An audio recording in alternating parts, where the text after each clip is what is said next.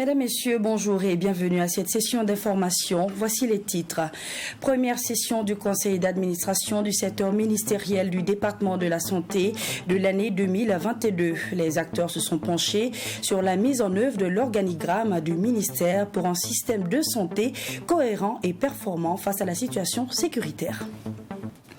Sortie de la 51e promotion de l'École nationale de police présidée par le Premier ministre burkinabé. Ces derniers sont interpellés à contribuer à la lutte contre le terrorisme, d'où leur nom, promotion renouveau sécuritaire. Voilà, nous démarrons ce journal avec la première session du Conseil d'administration du secteur ministériel 2022 du ministère de la Santé et de l'Hygiène publique tenue hier matin. Est au cœur des échanges la mise en œuvre de l'organigramme du ministère pour un système de santé cohérent et performant dans un contexte de défis sécuritaires. Il s'est agi pour les acteurs de tirer leçon de l'impact de la crise sécuritaire pour renforcer le système de santé au Burkina Faso. C'est avec Abdoulrahim Niénié. Cette première session du Conseil d'administration du secteur ministériel de l'année 2022 du ministère de la Santé et de l'Hygiène publique est un cadre de réflexion pour rendre le système de santé plus résilient face aux défis sécuritaires. Les acteurs sont appelés à tirer leçon des stratégies mises en œuvre au cours de cette période de crise pour asseoir un système de santé performant. Pour le ministre en charge de la Santé, il s'agira de garantir la présence du personnel de santé et la disponibilité des intrants dans les zones à fort défi sécuritaire. L'aspect fondamental, c'est comment nous arrivons à fidéliser le personnel de santé dans les zones à défi sécuritaire. Vous savez que si on n'a pas de personnel de santé, tout ce que nous faisons va être difficile à mettre en œuvre. Donc c'est un point extrêmement important. Nous y veillons pour que vraiment nos collègues qui sont sur le terrain puissent être dans les conditions optimales, dans les meilleures conditions pour continuer à délivrer les soins et services essentiels de santé et de nutrition. L'autre aspect, c'est la question des médicaments, des intrants. Comme on dit, pas de médicaments, pas de programme de santé, pas de programme de santé, pas de système de santé. Donc là aussi, c'est une question autour de laquelle notre façon de nous organiser va porter une attention assez particulière. Cette rencontre est également un cadre pour jeter les bases de la révision du Code de santé publique. Ce cadre législatif du secteur de la santé doit être adapté au contexte actuel pour un système de santé en phase avec les réalités, selon le ministre en charge de la Santé. Vous savez que nous avons un code qui date depuis environ 30 ans, plus précisément depuis 28 ans. Et avec tout ce qu'on a comme changement institutionnel, il était de bon ton que le ministère de la Santé, avec l'ensemble des parties prenantes, regarde un peu ce code-là, afin de pouvoir l'introduire au niveau du Côte-Val, puis après au niveau du gouvernement, afin qu'il puisse, nous l'espérons, être présenté lors de la prochaine session de l'Assemblée législative de transition. Pour un système de santé qui répond aux besoins des usagers et du personnel de santé, il faut une bonne mise en œuvre de l'organigramme du ministère, selon le ministre Kargougou. C'est pourquoi, à ce CASEM, il a été question d'examiner et de s'approprier le nouvel organigramme du ministère de la Santé et de l'Hygiène publique adopté en Conseil des ministres. Actualité au Mali, une attaque terroriste perpétrée très tôt dans la matinée de ce 22 juillet à Kati, ville située à 15 km de la capitale. Des tirs nourris ont été entendus dès 5 heures du matin et quelques heures après cette attaque, l'armée malienne a, dans un communiqué, indexé les terroristes de la Katiba Massina. Le bilan communiqué à la date d'hier est de morts et de 6 blessés du côté des forces maliennes. En plus de cela, 7 terroristes ont été neutralisés et 8 autres interpellés avec une saisie de matériel. À cet effet, nous avons donc rencontré pour vous l'ancien chercheur Ouseni Ili, spécialiste en relations internationales, qui se prononce à ce sujet. Bien sûr que ça doit faire craindre, puisque non seulement c'est à 15 km de Bamako, mais également c'est le QG, la junte malienne. Donc ça doit être un endroit très bien surveillé, très bien gardé. Et si des terroristes osent venir s'attaquer à cet endroit-là, ça montre qu'il y a un problème. Donc c'est quelque chose certainement qu'il faut prendre très au sérieux si véritablement c'est une attaque terroriste, parce que pour l'instant, c'est l'information qu'on a, l'information du côté du gouvernement malien. Si c'est une attaque terroriste, ça montre qu'il y a un vrai problème, que des terroristes puissent arriver jusqu'à ce niveau et commettre des attentats, même si finalement ils ont été maîtrisés. Ça montre quand même qu'il y a un problème. 878 élèves policiers qui viennent de terminer leur formation. Eux, ce sont les élèves de la 51e promotion de l'École nationale de police baptisée Renouveau sécuritaire.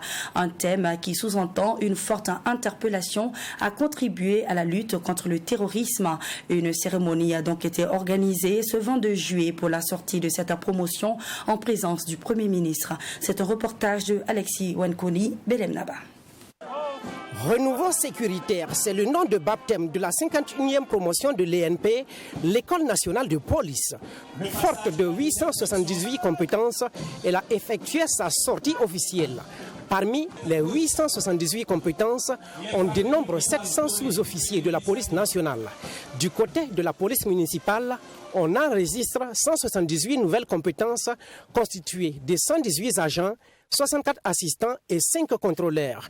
Cette cuvée de la police reçoit ici leur galant. Depuis un certain temps, nos sociétés sont menacées par plusieurs formes de maux, parmi lesquelles l'incivisme, les actes de grand banditisme. Par ma voix, la 51e promotion s'engage à contribuer efficacement à relever le défi sécuritaire avec honneur et fierté dans le professionnalisme. La sortie de cette promotion de l'École nationale de police s'effectue au moment où les rangs des forces de défense et de sécurité sur le terrain doivent être renforcés dans la lutte contre les groupes armés. Pour le ministre en charge de l'administration territoriale, ces récipiendaires ont choisi librement de servir la nation à travers ce prestigieux corps de la police. Et il est attendu de protéger les populations et aussi défendre le territoire burkinabé. La restauration de l'intégrité territoriale ne saurait s'opérer sans l'intégrité morale des hommes et des femmes qui en ont la charge. C'est pourquoi les acquis de la formation doivent renforcer l'intégrité, la probité et l'impartialité des agents en contact avec les populations en vue de combattre tout sentiment d'injustice. Fermement, telle est la partition plutôt que doit jouer la formation initiale policière.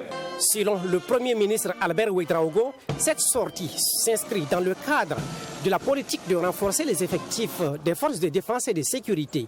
Il a invité ses récipiendaires à faire preuve de professionnalisme.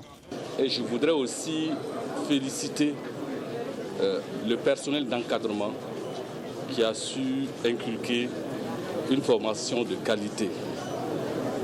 Au vu des résultats qui nous a été montré de voir et les démonstrations qui ont été faites, nous sommes convaincus que la formation est de qualité. Le parrain, lui, a invité les récipiendaires à ne pas trahir la mémoire de leurs aînés et de travailler à relever le défi sécuritaire. Le pass est remis aux nouveaux élèves qui s'engagent eux aussi à défendre les fondements de l'École nationale de police avec honneur et dignité. Et à cette même occasion, le directeur général de l'École nationale de police a donc adressé un dernier message à ses élèves sortants. Pour lui, au vu de la situation nationale, le pays a plus que besoin d'un effectif actif sur le terrain. On l'écoute toujours au micro de Alexis Wankoni, Belem Naba. Qu'il me soit permis de m'adresser pour la dernière fois en tant que directeur de l'école aux élèves de la 51e promotion. Chers élèves, vous sortez au moment où notre pays traverse les moments décisifs de son histoire, où le besoin en effectifs actifs sur le terrain est devenu une nécessité absolue. Nous avons 2 années durant inculqué en vous la fibre du travail bien fait et des connaissances nécessaires pour l'accomplissement de votre mission. Vous avez fait preuve de discipline, de dévouement dans l'apprentissage de votre noble métier. C'est maintenant que commence votre formation après celle initiale. Tout en vous exhortant à garder la même discipline et détermination, je vous demande de redoubler d'engagement et de vigilance pour soutenir nos frères d'armes déjà engagés pour la restauration de l'intégrité territoriale. Je prends congé de vous en gardant ce lien sacré de solidarité et de famille avec l'espoir que dans le mouvement administratif, nous puissions à nouveau nous rencontrer sur d'autres chantiers. Parlons à présent du panel basé sur la solidarité nationale qui s'est tenu ce 22 juillet où des hommes de lettres, des coutumiers et des religieux étaient chargés des communications. Chaque Burkinabé a été interpellé sur les bonnes actions qui se résument dans le terme solidarité nationale. Des actions selon les panélistes qui vont permettre de faire face efficacement au terrorisme. C'est avec Maxime Jean-Eudes Bombara. Ils sont 5 panélistes représentant la communauté scientifique, musulmane, coutumière, catholique et protestante à tenir en haleine le public sur le thème « La solidarité nationale, facteur de paix et de cohésion sociale. Quelles perceptions, prescriptions et recommandations pour la promotion de la solidarité au Burkina Faso ?» Il s'agit pour le ministère de la Solidarité nationale et de l'action humanitaire, organisateur de ce panel, de mieux faire comprendre la notion de solidarité et d'en isoler les différents principes actifs. Il s'agit de voir par le contexte actuel quel est le principe actif que chaque Burkinabé doit pouvoir tenir pour en faire un réflexe de comportement, pour en faire un réflexe de solidarité envers toutes les entités au niveau du Burkina Faso. C'est pour cette raison ce panel est assez intéressant, du moment où ça regroupe toutes les entités du Burkina ici, à savoir le secteur religieux, le secteur coutumier, les hommes de lettres et le citoyen lambda, pour qu'ensemble nous puissions avoir la meilleure compréhension possible de ce que nous appelons solidarité. Ce panel est, selon le ministre de la Solidarité nationale, le début d'une campagne de promotion de la solidarité, de sorte à ce qu'elle soit ancrée dans les cœurs des Burkinabés. Tout en invitant l'auditoire à une participation active, le chef du gouvernement qui a présidé la cérémonie d'ouverture dit attendre des recommandations pertinentes pour renforcer la solidarité nationale au Burkina Faso. Ce panel auquel vous avez été conviés permettra d'aborder, entre autres, les concepts liés à la solidarité nationale, les facteurs de l'effritement de la solidarité au sein de la société burkinabé et les solutions ou mesures de dynamisation des formes de solidarité, des mécanismes endogènes et pérennes de promotion de la culture de la solidarité. Tout comme chez les scientifiques, coutumiers, catholiques ou chez les protestants, la solidarité est une valeur cardinale en islam selon l'imam Alidou Il Boudo. À en croire ce dernier, beaucoup d'actes de solidarité et beaucoup d'argent sont dépensés au sein de la communauté, mais l'orientation n'est pas souvent la bonne. Il faut donc organiser, selon l'imam, le secteur de la zakat et de la bienfaisance religieuse. Autant le fidèle se préoccupe de sa santé spirituelle, autant il doit contribuer à améliorer la vie au quotidien de ses concitoyens. Le représentant des coutumiers, pour sa part, relèvera que l'environnement social au Burkina Faso est marqué par une perte continue des valeurs de solidarité. Et dans une nation confrontée au terrorisme, seules les valeurs fondées sur la solidarité nationale permettront de venir à bout des forces du mal et préserver ainsi la cohésion sociale. Le FDP, Mouvement Front de Défense pour la Patrie, a tenu un point de presse ce vendredi 22 juillet 2022. Une rencontre au cours de laquelle les membres du FDP ont invité le peuple burkinabé à une mobilisation patriotique pour expulser l'ambassadeur français Luc Alade. Il lance également un appel aux Burkinabés à répondre présent à la manifestation patriotique du 12 août prochain initiée par Yéli Monique Kam. C'est un reportage de Mamidriana Kamabou. Le mouvement Front de Défense pour la Patrie accuse l'État français d'être à l'origine de la situation sécuritaire que traverse le Burkina Faso. Pour le FDP, la France joue un double jeu dans la lutte contre l'insécurité. L'ambassadeur de France au Burkina Faso, Luc Alade, a qualifié cette situation sécuritaire de guerre civile et minimise les efforts des FDS burkinabés dans l'éradication de ce fléau. C'est la France seule qui a le droit de fournir des équipements militaires à ses colonies. Je dis elle seule. Donc tout individu dans ces colonies qui a une arme, c'est que c'est la France qui lui a fourni. C'est lui qui l'a dit. Si la France avait dit que d'autres partenaires pouvaient nous fournir des armes sans elle, bon, on pouvait dire que les terroristes pouvaient avoir ces armes ailleurs. Mais elle a bel et bien dit que c'est elle seule. Et effectivement, c'est le franc CFA que les terroristes utilisent. Ni de l'euro, de quoi, c'est le franc CFA. Le franc CFA est fabriqué par la France. Les nouvelles billets que les terroristes utilisent, c'est le franc CFA qui les a donnés. Les propos tenus par l'ambassadeur ont provoqué une colère noire chez le mouvement Front de défense pour la patrie. Le diplomate français dit regretter cette déclaration au cours d'une audience avec le ministre délégué chargé de la coopération régionale. Une excuse n'est pas suffisante pour les membres du FDP qui par ailleurs affichent sa déception vis-à-vis des autorités burkinabais.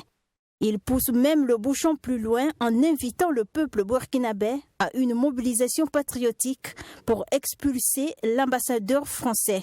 Si les autorités burkinabées peuvent en tout cas accepter ces excuses, tant mieux. Mais chez nous, moi je ne pardonnerai jamais ces insultes. C'est-à-dire on nous prend comme des idiots, comme il a su bien dire. Donc mais nous allons leur montrer que nous ne sommes pas des idiots utiles. Voilà, nous sommes des responsables qui connaissent ce que nous voulons. Voilà pourquoi nous disons qu'il est temps que la France et ses alliés puissent s'en aller.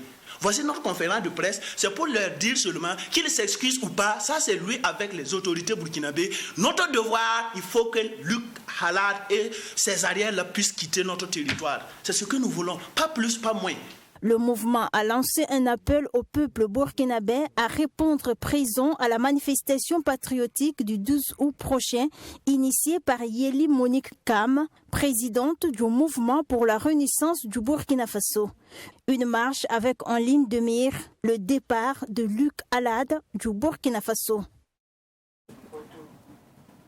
Voilà, et puis les identités des lauréats du prix de la lutte anticorruption 2021 ont été dévoilées ce 21 juillet. Aimé Nabaloum du journal Le Reporter et Jean-Baptiste Bouddha de la RTB Radio sont classés premiers. Ces journalistes ont reçu leur distinction ce 21 juillet des mains des responsables du réseau national de lutte anticorruption. Image commentée par Cheikh Omar Ouedraogo.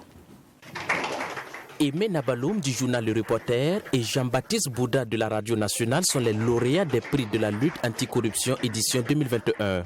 Les articles de ces journalistes qui dénoncent des faits de corruption et de malgouvernance ont retenu l'attention du jury.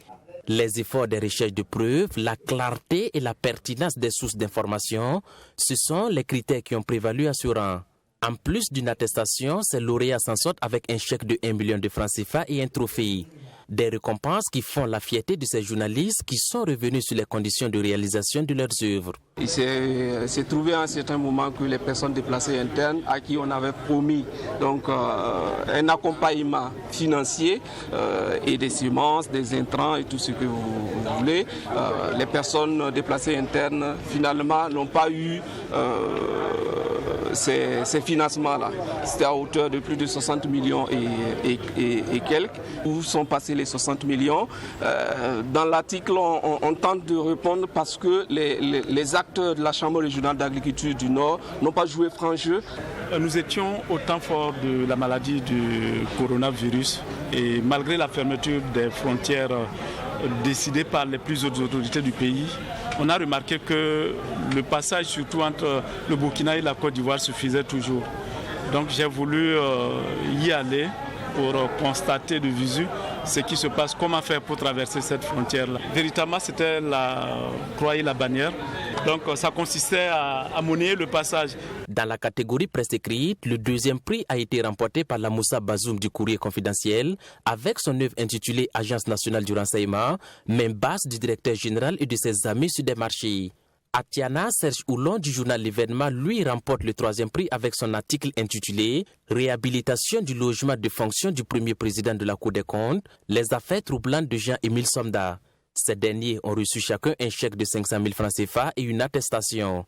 Aucun prix n'a été décerné à la presse en ligne. Le PELAC est une contribution du RENLAC à la promotion de l'excellence journalistique à travers des genres majeurs tels que l'investigation, le grand reportage et d'analyse de fond sur la thématique de la corruption et de la malgouvernance. Et comme vous le savez, il n'y a pas de démocratie sans bonne gouvernance. Pour cette édition, le RENLAC a enregistré 22 œuvres, dont 18 articles de la presse écrite, 2 en ligne et 2 productions radiophoniques. Un chiffre en deçà des années précédentes. Le secrétaire exécutif du RENLAC explique ce faible nombre des articles par le fait que les dossiers ont été réceptionnés sur un appel à candidature.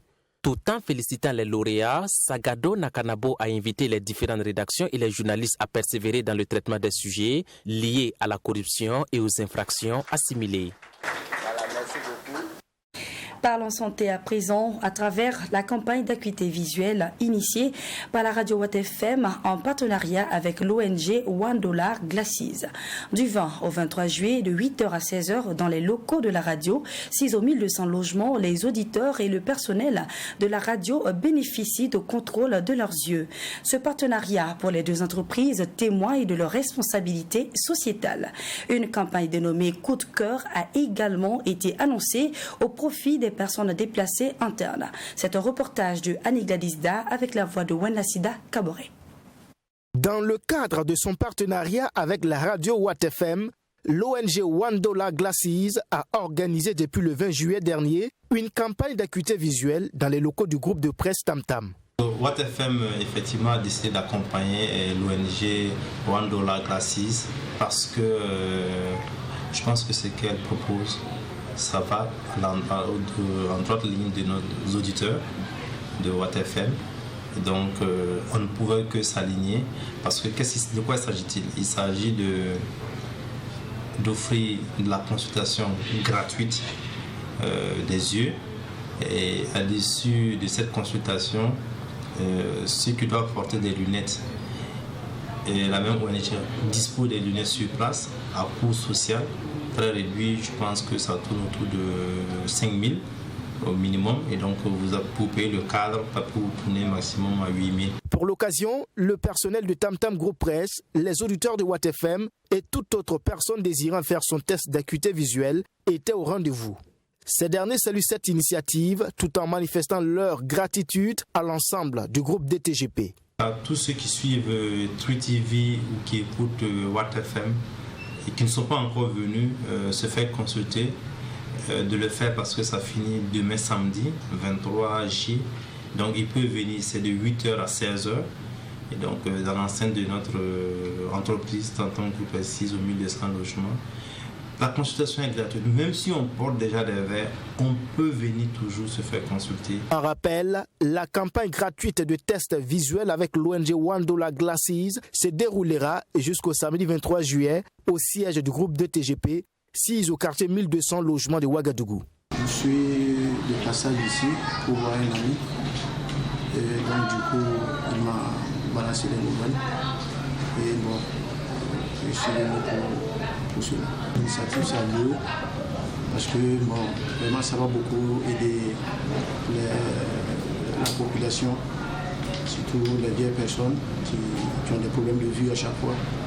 Ça va beaucoup les soulager. Je remercie vraiment True TV pour ça, pour cette initiative. Ça permet quand même aux Burkinabés. Mais vraiment, la prochaine fois, plus je sens qu'il y a beaucoup, même les voisins, beaucoup ne savent pas. C'est mieux de vraiment faire encore une large diffusion pour que quand même beaucoup d'hommes viennent. Parce que les problèmes d'yeux, vraiment en Afrique, vraiment on a ce problème-là. Nous avons entendu la publicité à la radio Watt FM. Responsables de True TV, Watt FM ont vraiment pensé aux personnes qui ont des problèmes visuels et qui n'ont pas les moyens de se soigner. Je suis venu avec ma fille qui a cassé ses lunettes à l'école et a acheté de nouvelles à un coût vraiment abordable.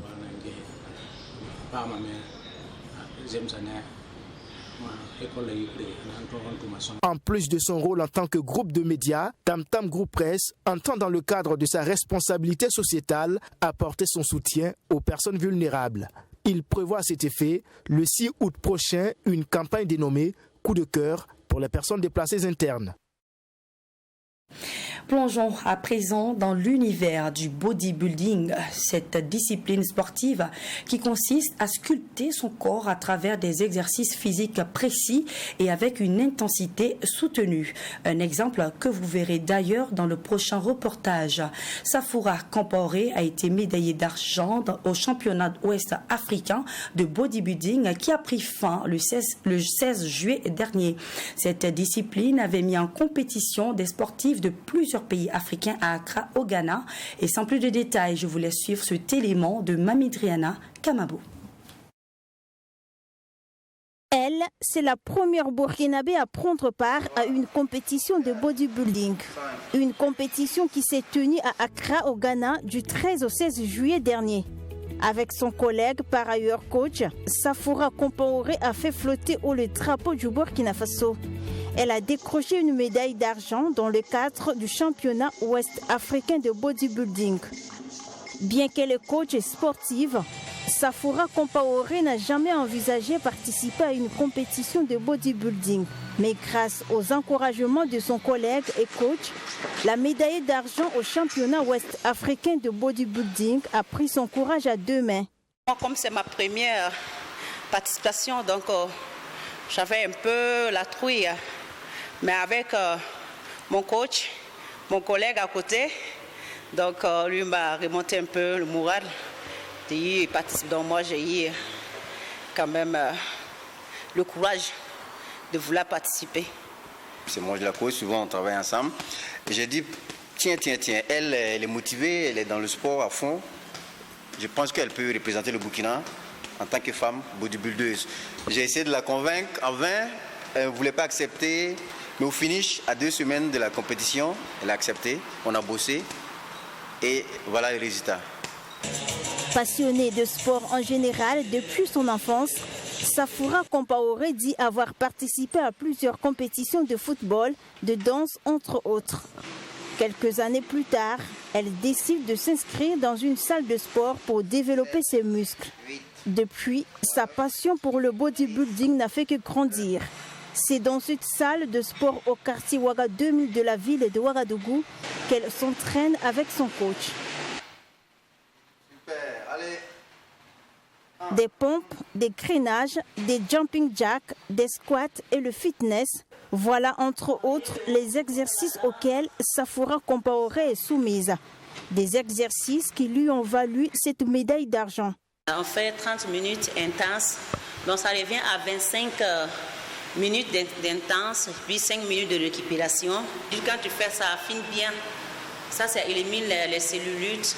Et puis ça donne aussi la force au niveau des jambes. Tu as la force vraiment. Et puis aussi le cardio. Son cardio est tellement fort. Nos entraînements avec Compaoré, c'est intense. Quand on démarre, on peut faire 1 heure. On ne dépasse pas 1h20, mais c'est très intense.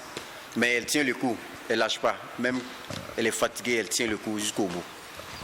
C'est ça qui m'a motivé à la motiver encore plus pour qu'on aille à la compète, quoi.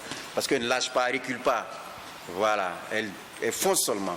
Tu vois, tu l'as dit, elle est fatiguée, elle crie, mais elle continue de se donner, quoi. Donc, j'ai vu une potentiel vraiment en elle. Donc, moi, j'ai vite eu confiance en elle, quoi.